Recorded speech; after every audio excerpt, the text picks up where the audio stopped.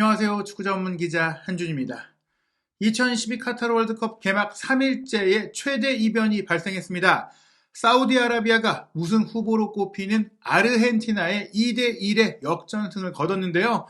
리오넬 메시의 마지막 월드컵이라는 결연한 의지 속에 아르헨티나의 모든 선수들, 전 국민이 이번 대회 우승의 염원을 갖고 있었는데 C조에서 최약체로 꼽힌 사우디아라비아에 패배하면서 조별리그 통과까지도 장담할 수 없는 상황에 몰렸습니다. 무엇보다 이날 경기 페널티킥으로 선제골을 기록하긴 했지만 리오넬 메시 선수가 명성답지 않은 플레이, 사우디 수비진에 꽁꽁 묶이는 모습도 나왔는데요. 대체 아르헨티나 왜 사우디에 패배한 것인지, 메시 선수는 어떻게 사우디에 의해 봉쇄당했는지 지금부터 주요 장면 통해 상세하게 분석해드리겠습니다. 카타르 월드컵 현재까지 최고 명성부가 아니었나 싶습니다. 결과적으로도 놀라웠지만 사우디아라비아가 보여줬던 경기력 자체가 굉장히 인상적이었는데요. 카타르와 에콰도르의 경기에서 개최국인 카타르가 조금 실망스러운 경기력, 수준 낮은 경기력으로 실망감을 주었고요. 또 기대했던 아시아의 최강으로 불렸던 이란이 잉글랜드에 6대2로 참패를 당하면서 아시아 축구의 수준이 더 낮아진 거 아니냐, 이런 얘기들과 우려들이 있었는데, 이 아르헨티나와의 경기에서는 경기력 자체에서도 사우디아라비아는 아르헨티나와의 경기에서 내용 자체도 좋았습니다. 좋은 조직력과 영리한 오프사이드 트랩, 탁월한 개인 기술들을 보여주면서 이길 만한 자격을 보인 승부였다고 할 수 있겠는데요.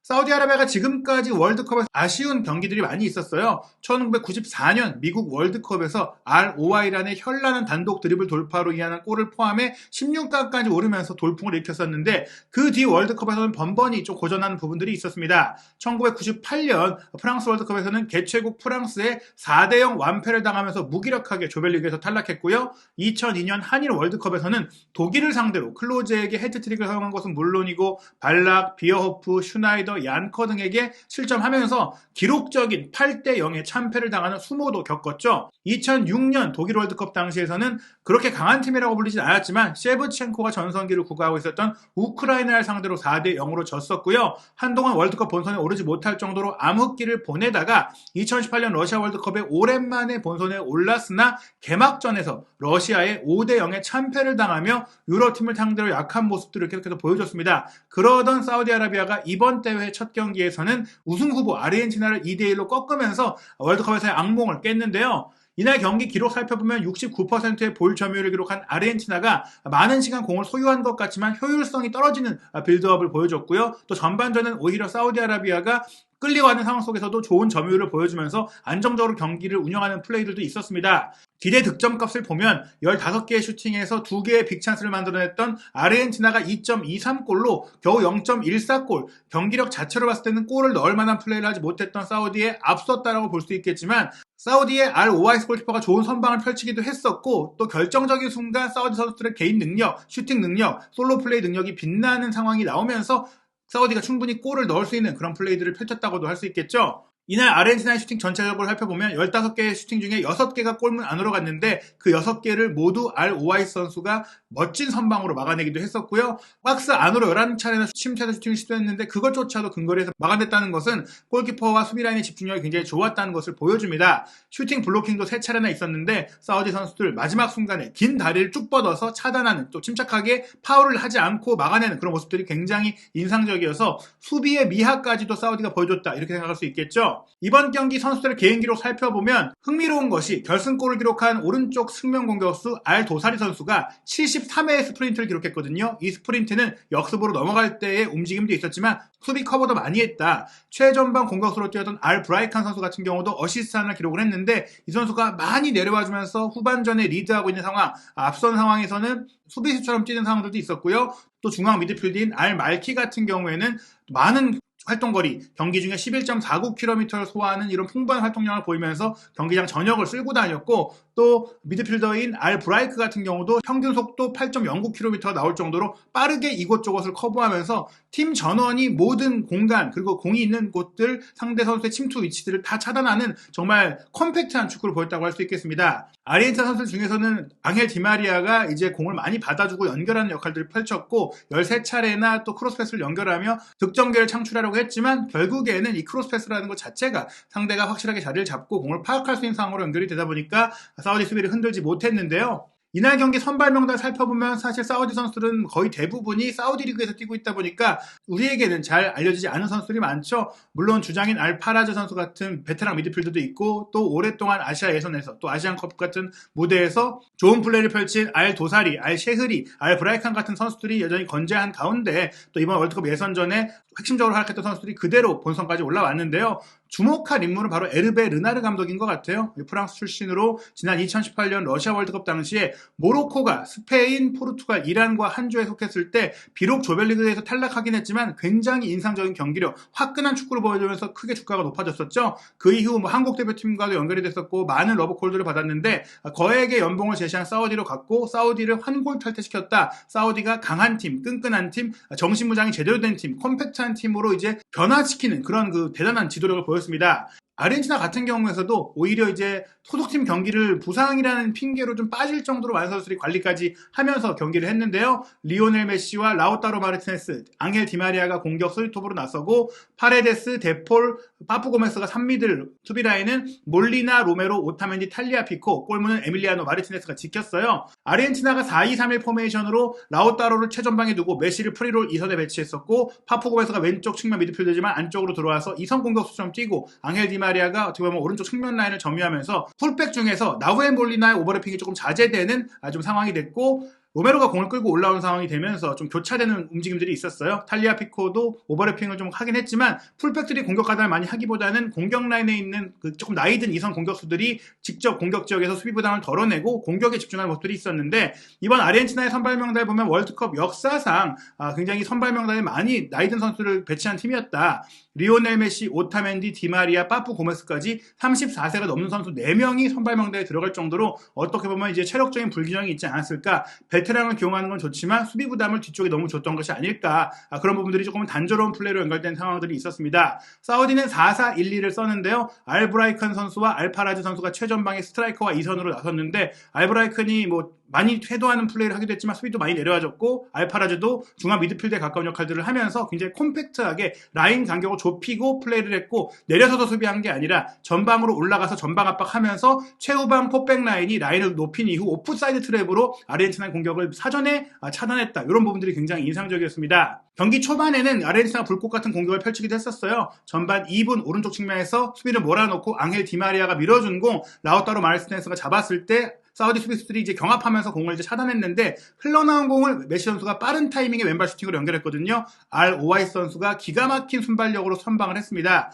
하지만 전반 8분 메시 선수가 프리킥을 올린 세트피스 공격 상황에서 파레데스가 침투할 때 압둘 하미드 선수가 이제 잡아채는 상황들이 이제 VAR 체크를 통해서 파울로 선언이 됐고 페널티킥이 이제 나왔거든요. 전반 10분에 메시 선수가 가볍게 왼발 슈팅으로 페널티킥을 성공시켰는데 메시 선수가 2006년, 2014년, 2018년 그리고 2022년 대회까지 4번의 월드컵에서 득점을 한 5번째 선수가 됐습니다. 펠레, 우베젤러, 클로제, 호날두에 이어서 특히 호날두 선수가 먼저 세운 4개 대회 득점 대기록을 세웠는데요. 전반 28분에도 아르헨티나가 빠르게 두 번째 골을 넣는 듯 했어요. 이 골이 들어갔다면 손쉽게 마치 잉글랜드가 이란을 무너뜨렸던 것처럼 대량 득점도 나올 수 있지 않을까 생각했는데요. 파푸 고메스의 스루 패스를 라우타로 마르티네스가 배우로 침투하면서 받아서 골키퍼와 1대1 상황에서 침착한 칩샷을 성공시켰고 세레머니까지 했거든요. 사실 메시 선수가 배후에 있었기 때문에 오프사이드에 좀 걸리는 상황이 아니었느냐 생각이 들었지만 간발의 차이로 반자동 오프사이드 기술을 통해서 어깨 안쪽 몸통이 살짝 넘어간 것이 포착이 되면서 무효가 됐습니다. 이 무효가 된 상황 이후에 계속해서 사우디는 도전적으로 오프사이드 트랩을 통해서 라인을 높이고 또 물러서지 않고 상대에게 주도권을 내주지 않으면서 동점골을 노렸는데요. 전반 35분에도 메시의 스루 패스를 라우타로 마르티네스가 받아서 배후 침투해서 골키퍼까지 제치고 득점을 했지만 오프사이드 트랩에 걸렸던 것이 확연하게 드러나서 VAR까지 할 필요가 없었습니다. 다만 사우디가 전반전에 아쉬웠던 것은 전반 추가 시간 팀의 주장이자 중앙지역의 노련미를 담당하는 알파라즈 선수가 근육 부상으로 이제 교체됐던 것이거든요. 얼마나 월드컵에 대한 의지가 강했는지 알파라즈 선수가 교체된 이후 눈물을 흘렸습니다. 많은 코칭 스태프와 동료 선수들도 위로를 할 정도였고 대신 알 아비드 선수가 투입이 돼서 빠르고 돌파력이 좋은 선수가 투입이 돼서 공격에 새로운 컬러가 가미되는 상황이 됐는데요. 어찌됐거나 카타르의 무력한 모습과 달리 사우디 선수는 굉장히 대표팀에 대한 의지, 월드컵에 대한 열망 이런 정신적인 부분과 동기부여를 보여주면서 끌려가는 상황, 전반전을 1대0으로 마쳤지만 포기하지 않는 모습을 보였기 때문에 후반전도 기대가 되는 모습이었습니다. 피파의 공식 데이터에 따르면 점유율 기록이 누구의 소유라고도 확실하게 볼 수 없는 시간들을 따로 떼고 기록을 집계하다 보니까 다른 면모가 나왔는데요. 아르헨티나가 54%의 볼점을 기록했고 사우디가 28%였는데 그렇게 아르헨티나가 압도적이라는 느낌을 받지 못했습니다. 물론 전반전에 사우디는 단 하나의 슈팅도 기록하지 못했고 아르헨티나가 5개의 슈팅을 기록하면서 한 차례 빅찬스도 만들긴 했지만 7차례나 오프사이드에 걸릴 정도로 사우디의 오프사이드 트랩이 성공적으로 작동했다, 이렇게 볼 수가 있겠거든요. 그리고 후반전 시작하자마자 3분 만에 사우디가 동점골을 넣으면서 경기의 분위기가 완전히 바뀌었습니다.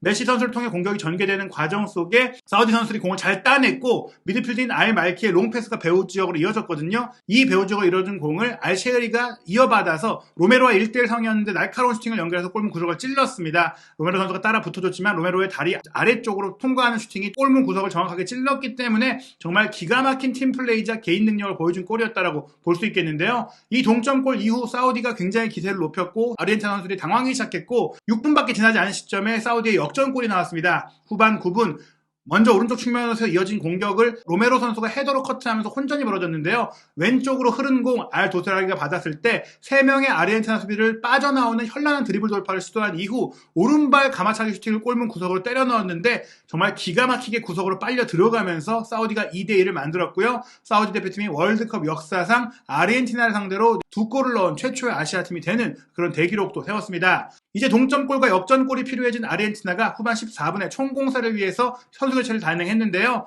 파푸 고메스를 빼주고 또 중앙 미드필더 파레데스도 빼주고 센터백인 로메로를 빼주면서 스트라이커인 훌리안 알바레스, 미드필더 엔소 페레스, 그리고 공격적인 수비수 리산드로 마르티네스를 투입해 정말 변화를 줬습니다. 그리고 후반 18분에는 문전 혼전 중에 리산드로 마르티네스의 결정적인 슈팅이 나왔지만 또 한 번 사우디의 알 오아이스 골키퍼가 슈퍼 세이브로 막아냈고요. 후반 28분에도 디마리아가 문전 우측에서 시도한 슈팅 알 오아이스 선수가 잘 막아냈습니다. 알 오아이 선수의 활약이 얼마나 대단했냐면요. 후반 29분에는 엔소 페레스의 수루 패스가 라우타로 선수에게 이어지면서 사우디아라비아의 오프사이드 트랩이 이번에 무너졌거든요. 명확하게 뒤쪽에서 들어갔는데 이 뒷공간이 무너지자마자 번개 같은 속도로 알 오아이 골키퍼가 달려나와서 태클로 차단을 했어요. 이미 사전에 훈련을 통해서 전술훈련을 통해서 준비된 것이다. 오프사이드 트랩이 언제나 통할 수는 없기 때문에 이게 빠졌을 때는 그 넓은 뒷공간을 골키퍼가 책임져야 된다. 골키퍼가 스위퍼의 역할을 해줘야 된다. 그런 것들을 잘 했다고 볼 수 있겠고요.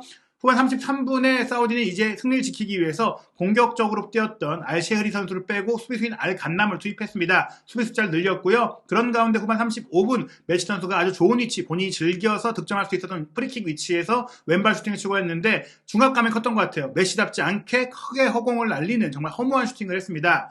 후반 39분에는 디마리아의 크로스에 이은 메시의 헤더도 있었지만 골키퍼가 잘 막아냈어요. 사실 메시 선수의 헤더 자체가 강력하지 못했던 것도 문제가 있지만 메시 선수가 조금 긴장한 모습을 분명히 보였다고 할 수 있겠고요. 후반 추가 시간 1분에는 데폴 선수의 크로스에 이은 오타멘디의 쇄도 골키퍼와 충돌하면서 공이 흘러나왔는데 이 흘러나온 상황에서 알바레스의 슈팅까지도 사우디 선수가 골라인 앞에서 골문 앞에서 온몸으로 헤더로 막아내는 6탄 수비를 통해서 골문을 사수했습니다. 후반 추가 시간 5분에 사우디가 또 한 번의 안타까운 상황을 겪었는데요. 열심히 뛰어주고 또 많은 수비 기여 5개의 공차단을 기록했던 알 샤흐라니 선수가 골키퍼 알 오아이스 선수와 충돌했는데 이 무릎이 얼굴에 정확하게 가격이 됐어요. 뇌진탕 증세를 보였고 들것에 실려나가야 되는 상황이 되다 보니까 꽤 많은 시간이 중단이 됐는데요. 긴 추가 시간이 주어졌고 또 후반 추가 시간 11분에는 알바레스의 결정적인 문전 헤더 슈팅까지 나왔지만 이번에도 알 오아이스가 선방하면서 결국에는 사우디아라비아가 2대1 리드를 끝까지 지키면서 이번 월드컵 최대 이변 그리고 월드컵 역사의 최대 이변을 만들었습니다.